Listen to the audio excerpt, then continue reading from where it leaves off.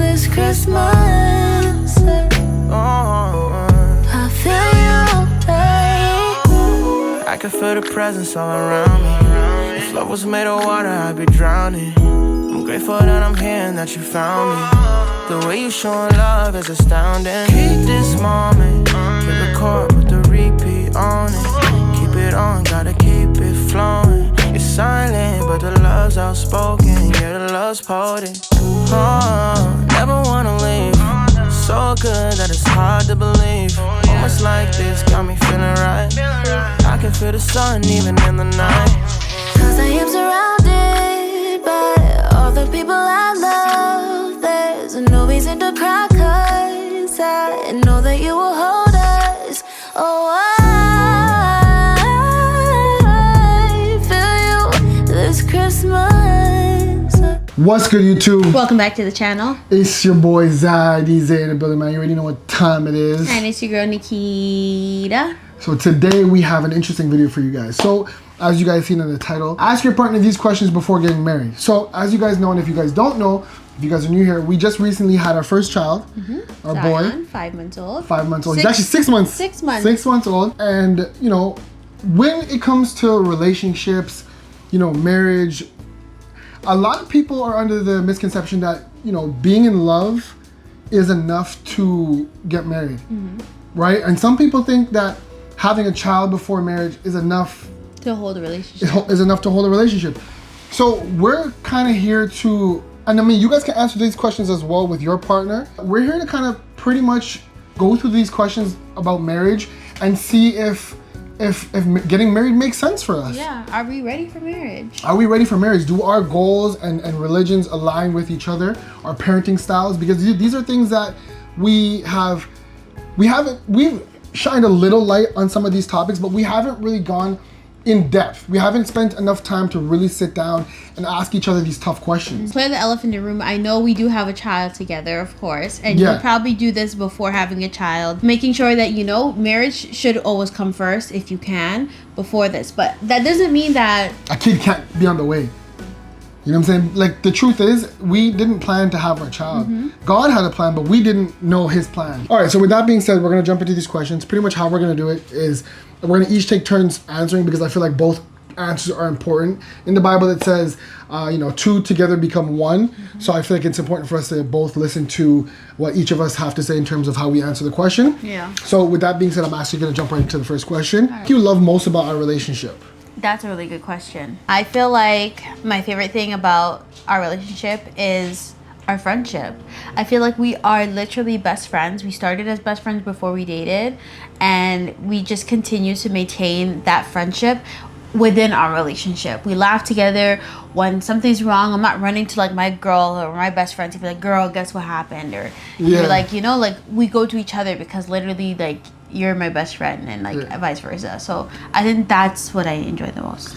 That's a great answer. So my answer is a bit different. I think what I love most about my relationship is the fact that, like, after, you know, being together for so long, we have the ability to like laugh. Like, we laugh a lot. Yeah. You know, and not just like your typical hee. Like, sometimes we laugh until our belly hurts. Like, Oh, yeah. The fact that we can, the fact that we can, you know, be with each other, and mind you, we spend probably more time together than your average couple. 100%. We're with each other pretty much. I want to say like 25/7.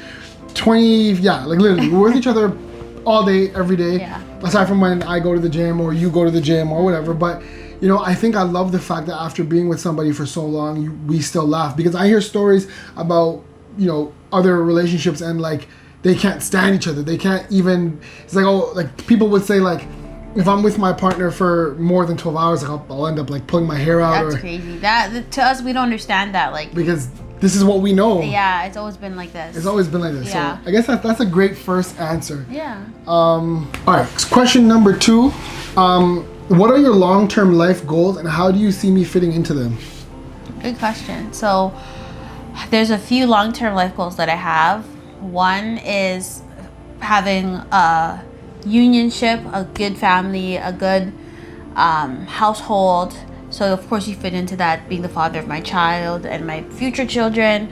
That's really important for us to have, like, you know, a really good family like dynamic. That's probably the right word to use. So that's really important to me. Another future goal is when it comes to my career, I plan to be an entrepreneur. I don't want to work a 9 to 5. I don't personally want to live the what would people call that? Like the standard Regular American 9 to 5. 9 to 5, yeah, life. I don't see myself in that limelight. I see myself a little bit in you know, if it's owning my own business, it's content creating, it's doing something, hair. doing hair, just some kind of thing. And how do you see me my fit own into self. that, though? And you fit into it like being my partner in it, like, you know, being my business partner, which you are a business partner, and other things. We have other businesses we've started. So you are been my business partner. I think you have to fit into it in that aspect. So I feel like that's mainly it: family, career. My answer is pretty much the same. I think from like a family standpoint, you know, you fit right in because obviously, you know, not just the fact that we have a child, but getting the opportunity to see you transform from being my girlfriend to the mother of my child. You've done an amazing job to really be selfless, and I'll be honest, that was something that I was kind of worried about in the beginning, because like, you know, obviously it's no secret, like you love your sleep, and you know, you love to do things for yourself, you love to go out, whatever, but you've done an amazing job. I'm a very selfless person, but I do like my me time. Yeah, you love your me time, but watching you go from being like my girlfriend to being a mother, you've done a fabulous job of like being very selfless. Not to say you were ever selfish, but like watching you work endlessly off of no sleep, and like how well you've adapted to just becoming a mother really warms my heart, because, you know, the greatest decision a man will make is who he decides to share his life with. So watching you, you know, enter that realm of your life gracefully really makes me feel good, because I feel like, you know, I would hate to have had a child and like worry about my child like being neglected or you know, you think, not to say like you can't go out, because I'm not one to stop you from going out, but to watch you like, you know, your mind change. I'll leave it at that. I won't go too into detail, but to watch your mind change in that aspect. And in terms of like business, like, you know, like you mentioned, we have a lot of business that we do together. You know, I love the idea of being the man that takes care of all the bills and you know, not having you lift a finger. But in a better world, like, we get money together. So, you know, I'm not over you, you're not over me. We get money together, and you know, we're equal. We're equal. I know in some households they like the idea of the man working, the woman not working.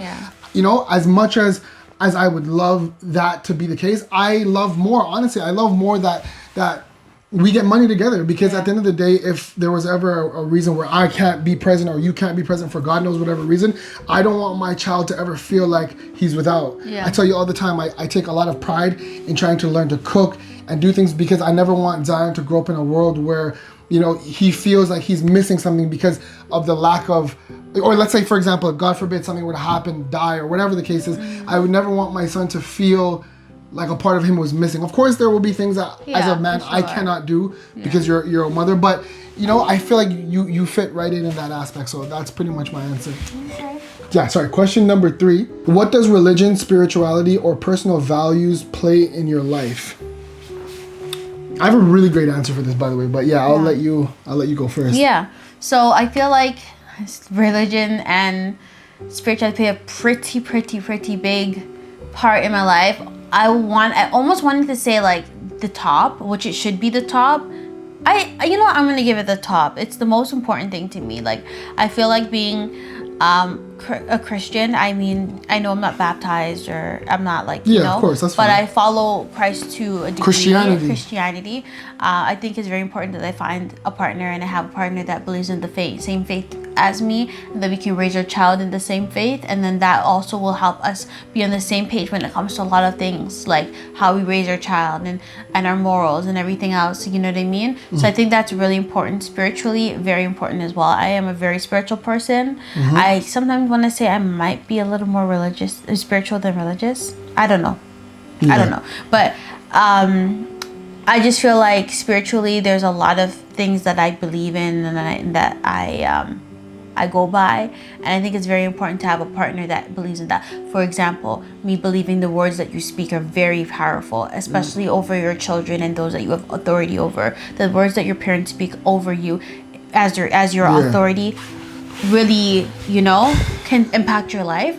And I feel like, spiritually, you have to be careful what you say. Don't do certain things. Karma, like doing things to certain people and then expecting the same thing back. I don't want you to go out there and go do something to somebody's family, and then spiritually, I know that can come back onto my family. You know what I mean? So just being that type of person. So not to cut you, but religion. Because I was about to forget my answer. No but religion and spirituality play a very big part in my life, and I want to play an even bigger part in my marriage. Why? It's very simple.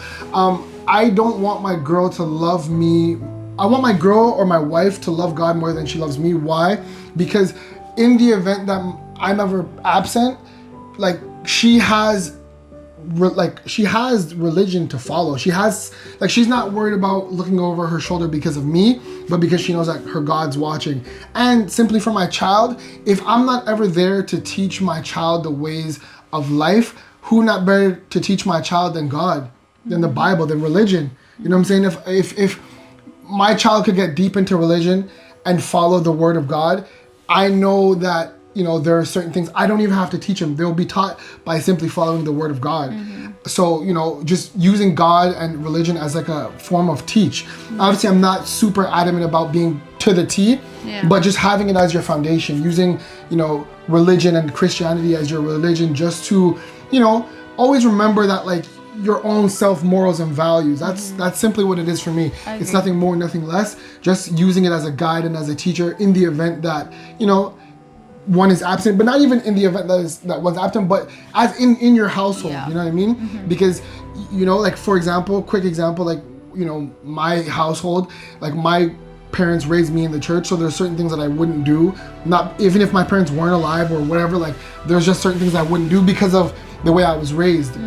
Which brings in another point as why I was not gonna put it as number one, which I should have, is because we don't find ourselves in church. We don't really go to church, and I feel like that's something that we need to work on. And of course, I think church for me is just more of a I just don't understand it. I haven't really given it a chance as an adult, but it's something that I do want to eventually find. But that's a conversation for another day. Going into question number 4. That's a great one. I actually like this because I have a really good answer for this one. How do you define success and what drives you to achieve it?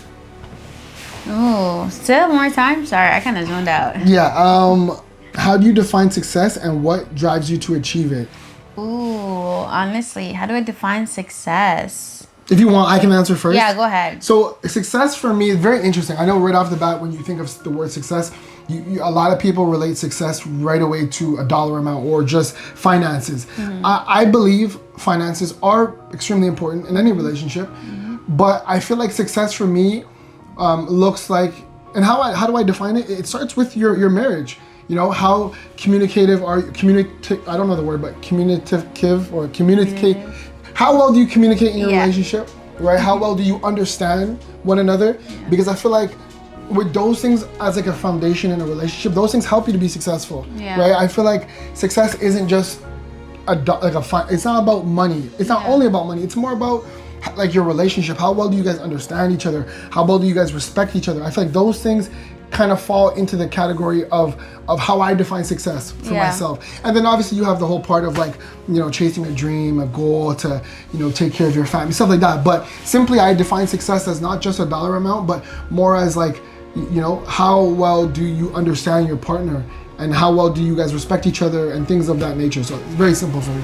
I feel like defining success is hard for me because there's so many things, like there's so many parts of success, a successful relationship, a successful career, successful, there's so many categories, but trying to put it all in one is hard. So to generalize it, I feel like success is making a plan, having a goal, making the plans towards it and following through on it, you know what I mean, successfully, which I can't use the word success in the definition of success. Yeah, of course. But I think that's what it comes down to for me. So I would say that's how I define success, just making sure we have a goal. And then what's the second part to that question? And what drives you to achieve it? my family. My family drives me to achieve it. You know what I mean? I feel like before Zai, there was like just this like me like wanting things for myself, wanting to not fall into categories of, you know, typical categories, or or fall into things that my family done that I don't agree with, or et cetera, et cetera. It was, you get what I'm trying to say? Yeah, of course. It's like, you know, achieving. Yeah. Okay. Great answer. It's pretty much similar for me. But moving on to question number 5. All right, moving into the category of finances for number 5. So number 5 is a great question. How should we handle finances? Separate, joint, or a mix? Good question. Personally, I think that it should be a mix. Okay. Yeah, I agree. I feel like you should have your own personal account. Because you're your own person. As much as you guys are two, you are still your own person. And I feel like sometimes you should have your own money, you should have your own savings, you should have your own things for your own personal reasons. But I think, not to cut you, but I think it depends on how you make your money as a unit. Exactly. That's part 2, right? So most people work, let's say, a typical 9-to-5 job, like which we do. We do work our typical 9-to-5, right? And to a degree, I mean, yeah. We have 2 jobs, but I'm just saying one of ours is our 9-to-5, and our 9-to-5 job, we have it in our own personal accounts. You get what I mean? Yeah. I don't think there's anything wrong with that, but you see, we're getting into content creating, and of course, other businesses, we have joint accounts for those purposes because we both make those funds together. You know what I mean? But let's say we didn't have our 9-to-5 and we did have our businesses. I still do think that there should somewhat be a personal account for your own. Let's say you do your own thing or you make your own money, like you should have a personal account of some sort, in my opinion. Yeah. So I think for me, like obviously you don't work, but like I feel like, you know, aside from the content creating, I think it depends on how you get your money. I feel like because, you know, we're like content creating, like, you know, it's a business that we run together. And I just, like I said, I think it depends on how you make your money. I think you should have joint, but I think you should also have separate. I think being independent is important. And I feel like you should be able to have your own. I think everyone should have their own. That's what I'm saying. Like, you have personal goals, personal things that you might want to do, and you should have your own money to do that. Like, let's say, I'm not saying that you don't want to have to call, like, if you're in another country, hey, babe, I'm going to use some money from the joint. I just like, don't feel like that's appropriate. I feel like, no, but I feel like you shouldn't have to. I feel like that, like, unless it's like a certain degree or a certain amount, which is something that I think a partner should agree with. Like, if it's $1,000 and less, maybe. We're not rich, so I mean, I'm going to take 24 hours to think about spending $1,000. I know, but I'm just saying, like, if it's $1,000 right now at this point of our lives, I think you should call your partner and be like, okay, I'm gonna make a $2,000 purchase with the savings account. But if it's something under $1,000 and it's a joint account and we're making funds, I feel like you shouldn't really have to ask your partner. But here's the thing, of your money. I think when it comes to a joint account, there should be a purpose behind the joint account, not just to sit in there and for it to like just be dibbled and dabbled whenever we see things of interest. Exactly. This joint account should be for saving towards something that we both benefit from, like a home, vacation, stuff like that. Yeah, you know what I mean? I agree. I feel like that should be the reason. Or to source into your business for other things. Yeah, and then you should have a business account separate for that as well. But yeah, because I think you should never combine money, like business, personal. You should never combine everything into one because I feel like it gets too confusing, especially come tax time. Like, you don't want to have it be it's from experience, you don't want to have to go through business transactions through your personal. It's a headache. I think you should keep business separate from personal. But anyways, that's another question. But moving on to question number 6. Have we adequately discussed wills, insurance, and other legal matters for the future? Good question. We have talked about insurance a little bit. I don't want to get too in depth in that conversation because a little bit, but not too much. You know, insurance is like a very you know what I'm saying, like it's a lot. Well, I just feel like you shouldn't discuss certain things publicly, so I probably won't go into detail. But I don't think we discussed it as much as we should discuss it. I think we definitely should be discussing it more and having things more put into place, or not even put into place because we're not married yet, but we still have a child together. So like personally, I don't have a will. You know what I mean? I feel like that's something that Gotta have somebody to send these millions to. I'm just joking. So that's what I'm saying. We haven't really discussed it, in my opinion. No, I don't have a will either, but I do. Okay, have... I was about to say, like, I didn't even know you had a will. Like, No, I don't have a will. I don't have a will. No, I'm trolling. I don't have a will, but I have discussed obviously life insurance and things of that nature for, for me and my son. I don't want to sound like I haven't discussed it for you, but like you said, obviously we're not married, so that conversation was more just like I've had life insurance for a very long time, so my parents were very adamant about getting life insurance. Yeah, but like I said, I don't feel too comfortable talking about that on camera, just because I feel like I don't want nobody come looking to kind of kill me. They gotta marry you first. Nah, but yeah, that's true. That's true.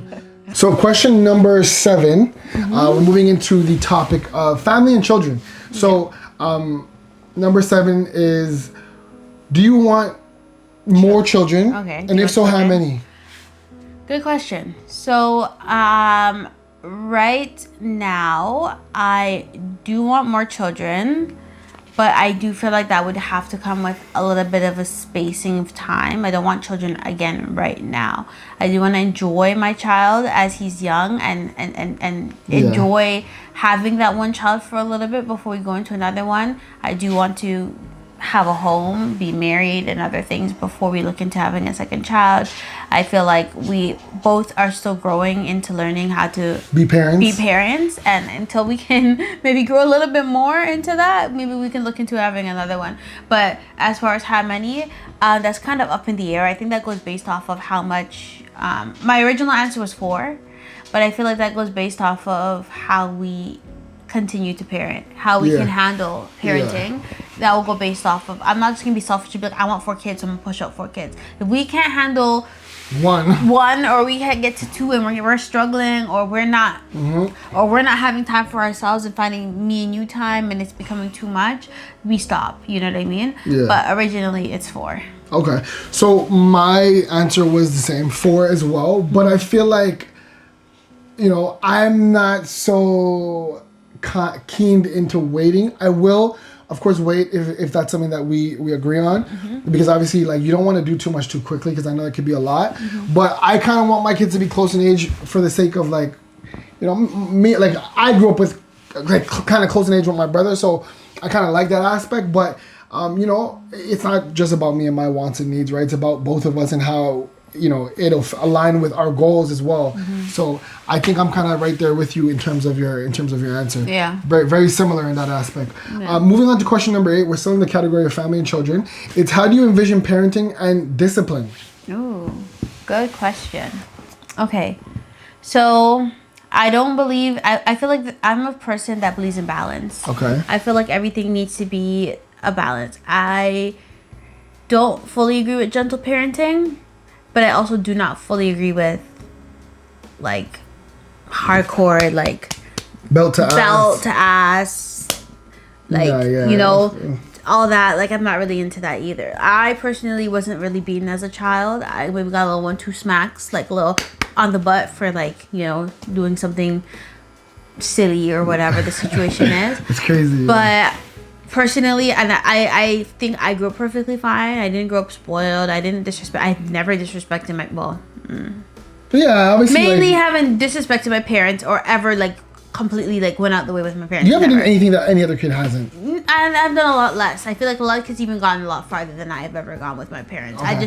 I feel like I was raised with respect, and that came from us sitting down and talking as a family unit. We sat down, we had a problem, somebody had animosity with this one, we sit down, family meeting time. You guys are girls, so I guess it's different. We were also all girls. So for me, I think I view parenting and discipline slightly different. I'll right off the bat, I'm not into beating my child. I don't think that, depending on the child, I should say that, depending on the child, I'm not like far away from beating my child, but like depends on the child, depends on how disrespectful he can get, things of that nature. But that's not my first way of trying to parent. I think there's a fine line between being a parent and friendship. I don't want my son to think that me and him are friends. Yeah. Like I'm your father at the end of the day. So there's gonna be a fine line of things that you could get away with your friends as opposed to me. With me, you gotta be respectful. Yeah. But I'm obviously gonna be somewhat more lenient because I want to be a fun dad. But like I said, I'm gonna draw a line between friendship and dad. Like so I'm gonna pull your ear a little bit with that question, just to ruffle some feathers. So you said that you well, I just forgot what I was gonna say. Hold on, it just left me. I'm so hungry, that's why. Wait. Okay, I'm gonna ruffle your feathers a little bit. So you were saying that you don't believe in you don't want to, if your child depends on the child. That's what you said. You said it depends on the child, and if they are disrespectful, then you would have to whoop their ass. Yeah, for sure. No, like there's no way about it. But don't you feel like a disrespectful child comes from parenting? A child is not just disrespectful for no reason. Yes, I do agree with that, but I do believe that children will be children. I think at some point your child stops learning from you, and they learn from where they spend the most time, which is outside the home, school. You know what I'm saying? Let's say Zion's best friend is Timmy, and Timmy gets away with a lot at home, and you know, Zion's like, but the time's gonna come home and realize that he can't get away with the same but he's things. gonna spend a lot of time at school. See, like for me, like swearing, for example, my parents never swore. So up until we were grown adults, we were not like, swearing was not something. My mom won't say the F word. She'll say forensic science. Like she always comes up with something. She will never, even the word shit. She would be like, sorry guys, if she's about to hit a car, she will say shit. So and that's apologize. crazy, because like I always envisioned my kids being able to swear. No. But like I said, now that obviously I'm an actual dad, I wouldn't like to hear my son swear. You wanna know why? Because comfortably makes them comfortably do it outside of the home. And have you ever been on the bus?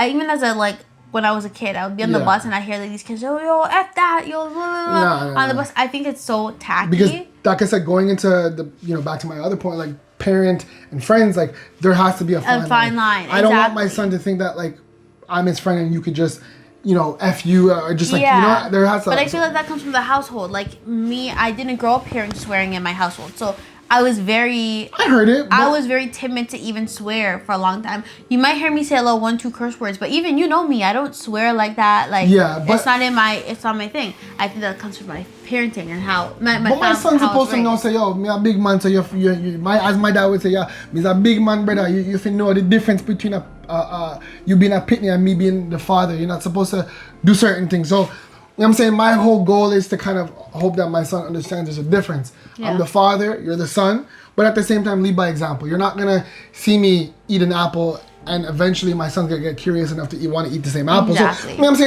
saying? It's a little bit funny, but all in all, I'm not with my kid trying to be disrespectful in no fashion. Yeah. Like, it's not cool, you know what I'm saying? So moving into another category. This is question number 8, I believe. So this is interesting. We're moving into question number 8. This is in the topic of intimacy and emotional connection. This is a big one. So we might spend some time in this category. But question number 8 is, what does intimacy look like for us in the years to come?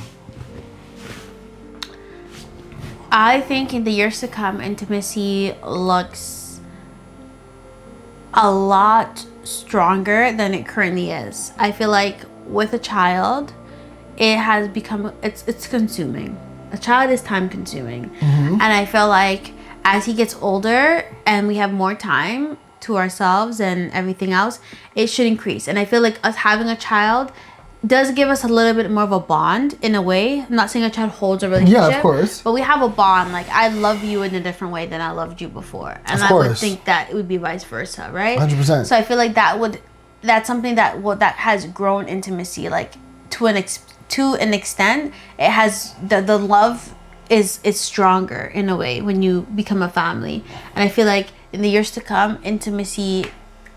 And in regular, intimacy should always improve. Intimacy should always increase and become higher as we go on. Yeah. So for me, intimacy in the years to come, I hope that in the years to come, intimacy can get more freaky.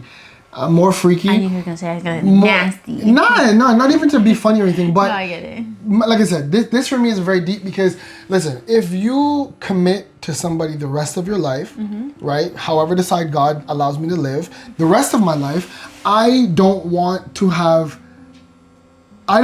people who are not in committed relationships to have any advantage over me in a committed relationship. I should be able to experience every form of intimacy with you. Yeah. Right? I've talked about this in previous videos. I don't want to sound like I'm a freak, but like, I'm not going to get into detail because I just feel like that's unnecessary. But like, I think if you, like I said, if you spend the rest of your life with somebody, you should have full access to explore with your partner. You know what I'm saying? It needs to be as interesting and as freaky and as content as we can have it, because I don't ever want to leave room on the table for you to, you know, hear a story from another girl that's with this guy that does things that like, oh, you think that your partner would never do. Listen, I tell you, I'm looking in your eyes. There's nothing that I would not explore with your body. Like, I would do anything to please you. That's a good question. So I agree almost fully, but I still believe that there are boundaries to someone's body. I feel like you should have some kind of what you're okay with and what you're not okay with. That's like me saying I want to do something to you. You gonna know what I'm saying. But you're probably not gonna be okay with what?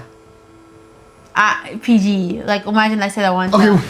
With intimacy though, like I said, we kind of got off topic. I couldn't let you guys see all of it. Yeah, no. Listen, to sum it up, my biggest thing is if I spend the rest of my life with you, give me an advantage.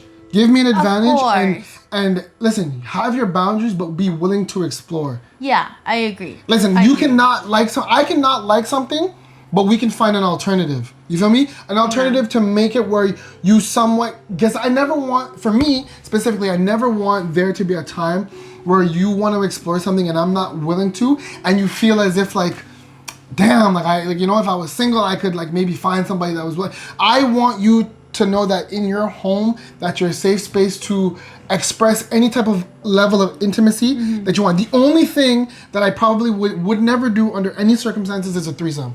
I would never do that. I would do it before having my child, but now I wouldn't do it. Why? Because I feel like I view you differently as the mother of my child. You're not someone that I want to explore with in that fashion. Because I feel like as my wife, unless I seen you to be a different type of person, then maybe, but even then it would still be iffy, because I feel like having a threesome would change the way that I view you, or you view me, right? I don't think I would be open to doing a threesome anymore, because I feel like that's no longer...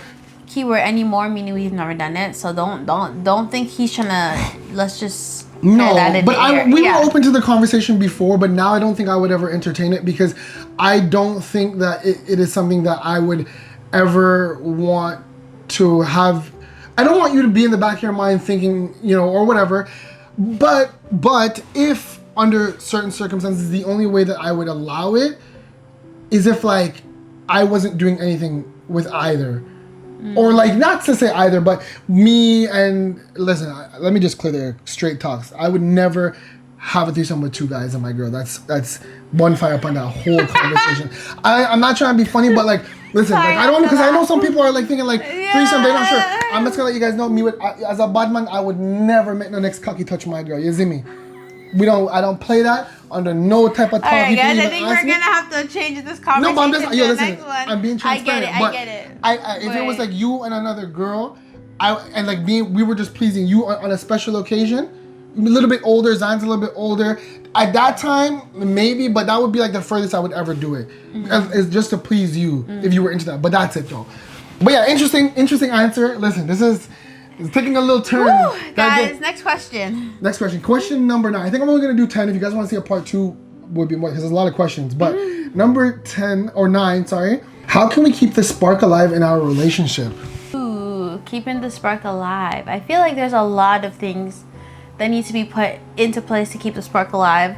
Of course, we just talked about intimacy. I think that's very important. And you said exploring things, Why are you laughing? I did something that I cut out the video that you guys didn't get a chance to see, and it's just whatever. Okay. I'm not gonna... Exploring different things and, you know, going about that part. But I feel like keeping the spark alive also goes to like going on dates, spending time together, having open communications like this. I feel like those things keep the spark alive. I feel like me understanding you as an individual and I understanding you as an individual, and me hearing your ways and your thoughts and trying to service those, you know what I mean? Also, your love language, right? Like, we have different love languages. So me making sure that I'm working with your love language and you're working with my love language. Like, I know you love touch. You love to be touched. So your love language is a big price to pay some days, but you know, and mine is not gifts. No, not gifts, but it's listen. Your love language is different. It's different, and it can be a lot some days. Yeah, it can be a lot some days. It's intellectual and acts of service. Those are my love languages. But you know, it challenges me, and I appreciate the love language that you have, because it challenges me. Yeah. In many ways. I feel like that. I feel like me trying to service you in your love languages and you trying to do that with my love language, I feel like that keeps the spark alive. Interesting. So for me, keeping the spark alive in our relationship is just doing the things that I know that you love. Number one, I feel like, I don't even think you talk about this enough, but experiences. I feel like you love experiences, and I love to experience things with you for the first time, right? Going to different places, travel, eating different types of foods.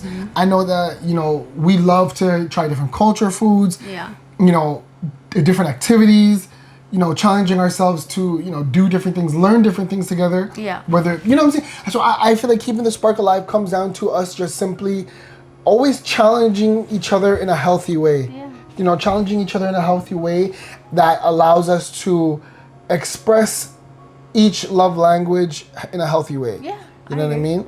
So simple enough. But question number 10, this is gonna be the last question, because I feel like this has been going on for like literally an hour almost. All right, we're gonna do a bonus one, because these are some really good ones. These are. So legacy and shared dreams is the category that we're in. Question number 10 would be, how do you want our partnership to be remembered by future generations? That's a very serious question. That's a very serious question. Wow. I feel like this is our legacy. YouTubing, having our videos up here. How are they going to remember us? By coming over onto YouTube and seeing how we are. Interesting. And this is our legacy. I think that we're creating our legacy right now, and how we want to be remembered is right here on our channel. Like, you know what I mean? That's me personally. Interesting. But like, mine's so different. But like, really? Yeah, mine's so different than yours. Wow. But then I also feel like as you guys know, we love to make people love. We love to make people happy, and like. You like to make people feel our love. Yes. Feel love. Yeah, and we love to make you guys laugh, and we love to. You know how we are over here, so I think that's it. That's mainly it. Interesting. So mine's And so much like. Also, legacy. Like, I do want to build an empire. I want to build an empire for my family. I want generational wealth to be something that we create. Not like we haven't come from generational wealth. So I feel like I want, you know, when you think of like, give me like a brand, like Heinz ketchup. I'm pretty sure Heinz is probably his last name. Like Hennessy. Or Hennessy. You know what I mean? And then we have Killian that created it from it. Yeah. Like, that's his legacy. Like, he grew from his family. So generational wealth. Like, I want our names to be like, yo, you want to know how we got big? Our great so, family. It's so different from me. Not to cut you, but listen, how I want to be remembered. Let me just go through the question again. How do you want our partnership to be remembered by future generations? So how I want to be remembered as a partnership how I want our partnership to be remembered is simply as two people that overcame real challenges. I want people to understand and to remember that we didn't just stay together because we loved each other. We fought to be together. Every single day we fought to be together. We overcome a lot of challenges that you guys seen and didn't see. Yeah. You know, I want people to remember us as a couple that worked extremely hard to maintain love and connection and a bond over many years, not because we just were into the same thing, but because we worked hard to maintain that. Okay. I want people to remember us as two individuals that spent, you know, over 100,000 plus hours in a relationship, and we found a way to monetize such information and build real life-changing experiences and examples and connections and ways for people to, you know, connect deeper with their partner through, cause like, listen, you know, there's people in this world that spend over 100 hours developing a business, developing, you know, tech or whatever. I want to be the couple that spent over 1,000 hours, you know, working on relationship, understanding relationship, testing, you know, and really find a way to monetize that on the biggest scale, whether it be to write a book that sells globally, but to monetize the love that we have for each other and the friendship and the connection that we've developed. Find a way for people, find a way to monetize it and people to learn from what we build. 100%. That's it. Like I don't, not even so much YouTube, but YouTube is a platform that we use to put the connection on here. Yeah. But like I want to be able to, you know, people to remember my relationship as something that was built. Yeah. Brick by brick, hour by hour, day by day, second by second, you know, overcoming multiple challenges, and, you know, to like, you know, that's kind of how I want to be remembered. As like a couple that really went through the mud and like and stood tall at the end together. Yeah. You know, side by side, beautiful family. Yeah. Not just perfect, but bumps and bruises and scars. That's the like the real of it. True. So that, it's the crazy answer. But the last question, bonus question. If you're still here, we appreciate you guys. Make sure you drop a like, comment, subscribe. We're on our way to 15,000 subs. That's a goal. The last question is, and make sure you guys answer some of these in the questions as well. Some of your favorite questions. I'd love to hear you guys' answers. But the bonus one before we close out the video is, what is one thing you want us to achieve together as a married couple? Ooh. I don't even have an answer. I don't know. It's because it's so endless. To me, it's so endless. Because mind you have to take your mind now into being married. Yeah. Honestly, that's a really good question. I just feel like I can't answer that because I literally want it to be endless. Like, there's. Can you go to the question one more time? Yeah, what is one thing you want us to achieve together as a married couple? There's so much achievements. The reason why it's hard for me to answer and I think it's endless is because we do everything together, as I said before. Love, relationship, career, like everything we do together. So it's so endless. Like there's it's like we want to achieve everything to the highest scale. You know what I mean? So it's like I don't even want to put a cap on that. I don't even want to put a cap on how much I want to achieve, or like how it's like endless. Like it's just through the roof. So I can't answer that question. Yeah, I don't have an answer. That's a tough one. But off of just like the top of my head, I hope that one day that through our experience, through our career on YouTube, or just, you know, through allowing people to take a step into our life, I hope that we can, you know, aspire two people to come together and create beautiful life together. And I hope that our relationship can one day change another relationship in a positive way. I hope that we can bring people together in a way that like many people haven't before. Just, you know, I just hope that I hope that our life inspires other people to, you know, be more patient with one another. Don't be quick to turn your back. Be patient. I don't know. It's a hard question. It's a really, like, I think it's literally endless. Like I can't think of one thing. But I can't say like I'll have a perfect family because I feel like that's like, you know, that's what it is now. Get a house, do this. Like those are all small things. That's what I'm saying. Like it's on such a bigger like. So we've been filming for 47 minutes. I hope you guys really enjoyed this. Listen, if you are currently with somebody, you're dating, you know, about to have your first child and you're not as married yet, don't be discouraged. Ask some of these questions, do your research, and you know, understand that love truly isn't enough, and having a child isn't enough to keep a person in your life. It takes real understanding, real patience. The same energy you put into your job and your craft is the same energy you got to put into your relationship. Yes, and if you're not willing to do that, you need to reconsider some things before committing in marriage. But listen, I hope you guys learned something. I hope you guys enjoyed these questions. I hope it really provoked thought into your life. You know, if you're in a relationship or you're thinking of getting into a relationship, I hope this allowed you to think deeper on how you view sharing your life with somebody. You know what I'm saying? The categories that we went into, I hope you guys take some time to do your own research below. And yeah, and I want to see you guys answer the last question in the comment section down below. Like any question you want, but I really want to hear some people's answer on the very last question. And the way you guys view relationships and marriage. But look, it's Christmas Eve. I appreciate you guys stopping by on your Christmas Eve, or even after, whenever you do decide to watch this. And guys, Vlogmas Day 24. Last day tomorrow of Vlogmas. Make sure you guys tune in. We might do, God knows what we might do. Yeah, but we don't know. Listen, that's it from me. That's it from me. That's it from Baby Z, who is upstairs. And as we always say, that's it from the Drake family. Catch you guys in the next one. Peace.